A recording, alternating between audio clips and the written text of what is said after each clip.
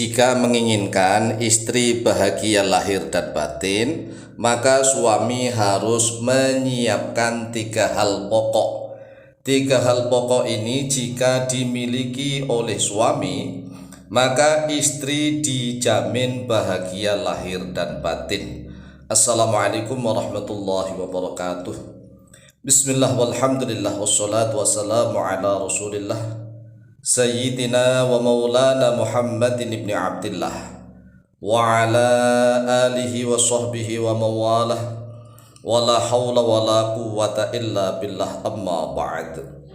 Saudaraku kaum muslimin wal muslimat rahimakumullah, wa bil khusus saudara-saudara kami para pecinta dan subscriber channel YouTube Tafsir Al-Muallim dimanapun berada, yang tidak lupa dan tidak bosan-bosannya senantiasa kami doakan semoga Allah Azza wa Jalla memberikan kesehatan, sehat walafiat lahir dan batin.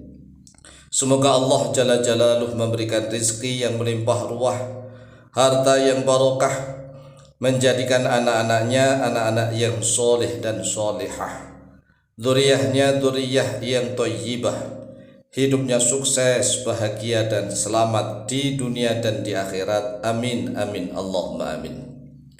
Saudaraku kaum muslimin wal muslimat rahimakumullah, dalam rangka menjawab pertanyaan dari beberapa jamaah pecinta dan subscriber channel YouTube Tafsir Al-Muallim yang menanyakan perihal apakah yang harus dipersiapkan oleh suami atau oleh calon suami agar istrinya bahagianya lahir dan batin.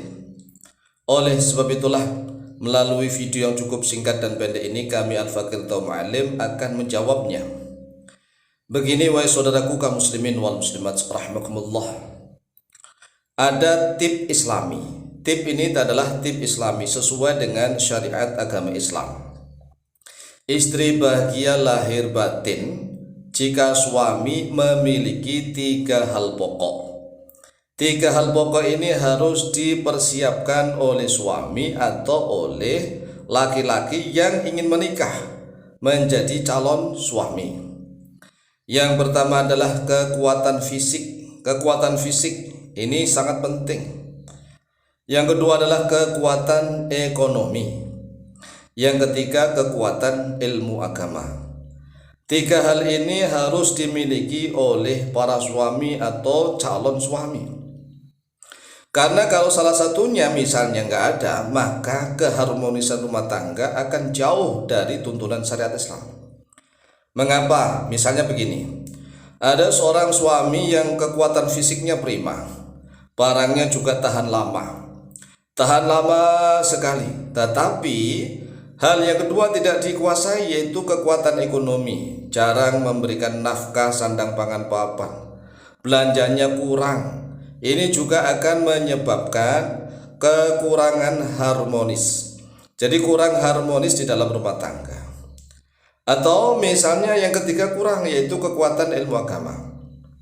Karena walaupun toh misalnya fisiknya hebat, kuat di dalam segalanya, termasuk kuat ranjang, juga kuat ekonomi, belanja istri bisa tercukupi, namun istri tidak pernah diberikan nafkah batiniyah.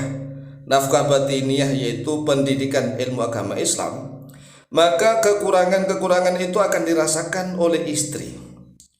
Oleh sebab itulah, setiap suami berkewajiban untuk mendidik istrinya tentang ilmu agama Islam. Bagaimana cara istrinya berwudu dengan baik dan benar, bagaimana istrinya bisa membaca Al-Quran dengan fasih, dengan baik dan benar, bagaimana istrinya bisa sholat dengan baik dan benar, bagaimana istrinya bisa zikir dan doa, bagaimana istrinya bisa membersihkan penyakit-penyakit hati. Penyakit-penyakit hati itu misalnya nih, kurang bersyukur, suamilah yang berkewajiban untuk mendidiknya. Bagaimana cara istri itu pandai bersyukur kepada nikmat-nikmat Allah, terhadap nikmat-nikmat Allah. Kemudian misalnya istrinya suka mengeluh, nah suamilah yang berkewajiban mendidik agar istrinya jangan suka mengeluh, jangan mudah mengeluh. Lalu bagaimana istrinya jika suka menggunjing, menggibah, ngomongi orang? Maka ini kewajiban sang suami untuk senantiasa mendidik istrinya. Bagaimana misalnya istrinya suka iri dengki kepada orang lain, suka jahat kepada orang lain, suka suudon, berburuk sangka, negatif thinking kepada orang lain. Semuanya ini adalah tugas sang suami untuk mendidik istrinya. Oleh sebab itu, sekali lagi, miliki 3 hal ini. Yang pertama adalah kekuatan fisik. Nah, bagi para suami yang fisiknya kurang, maka ingat, tidak hanya zikir dan doa saja. Jadi kalau misalnya fisiknya kurang kemudian hanya mengandalkan zikir dan doa tanpa ada olahraga misalnya, tanpa ada upaya untuk penyegaran fisik, tanpa adanya misalnya pijit-pijit refleks misalnya, kan banyak sekali badan itu yang saraf-sarafnya ini tidak lurus, tidak benar, maka akan mengakibatkan fisik itu lemah. Banyak sekali laki-laki yang tidak mampu menahan keluarnya itu, jadi keluarnya cepat. Ternyata setelah diperiksa, tubuhnya itu memang sarafnya banyak yang salah. Jika di dalam tubuh laki-laki itu sarafnya banyak yang salah, yang tidak benar, maka walaupun dia itu misalnya mengamalkan amalan zikir dan doa yang paling ampuh sekalipun, sulit. Mengapa? Karena memang fisiknya, tubuhnya tergendala, tidak normal, tidak sehat. Oleh sebab itulah datangi ya yang ahli tentang saraf. Saraf loh ya, saraf ini bukan hanya saraf kejepit. Jadi kalau yang tahu saraf kejepit dan tahu hal demikian ini, misalnya nih di punggung kemudian sampai ke bawah. Nah, dari punggung ke bawah itu kan ada ginjal. Lah, ginjal nggak boleh ditotok sembarangan, nanti ginjalnya bisa berpenyakit.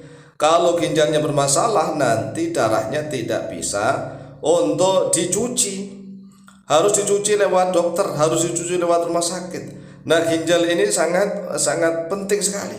Maka jangan sampai orang itu salah pijit, ya dipijit tapi ternyata area di sekitar ginjal dipijit, ini bahaya. Kemudian syarat yang kedua yaitu kekuatan ekonomi. Nah, di dalam channel Al-Muallim Center maupun channel Tafsir Al-Muallim ini sudah banyak amalan-amalan zikir dan doa. Nah, kalau masalah ekonomi insya Allah bisa menggunakan kekuatan zikir dan doa. Karena banyak orang yang usahanya bangkrut, setelah zikir dan doa ternyata Allah memberikan kemudahan-kemudahan, rezekinya itu lancar datang dari arah mana saja. Kemudian yang ketiga, kekuatan ilmu agama ini harus mendatangi guru. Bagi setiap laki-laki yang menjadi suami harus berguru untuk memperdalam ilmu agama agar dia bisa mendidik istrinya. Demikianlah penjelasan dan jawaban dari kami, semoga manfaat dan barokah. Lebih kurangnya mohon maaf. Wallahu taala a'lamu bishawab.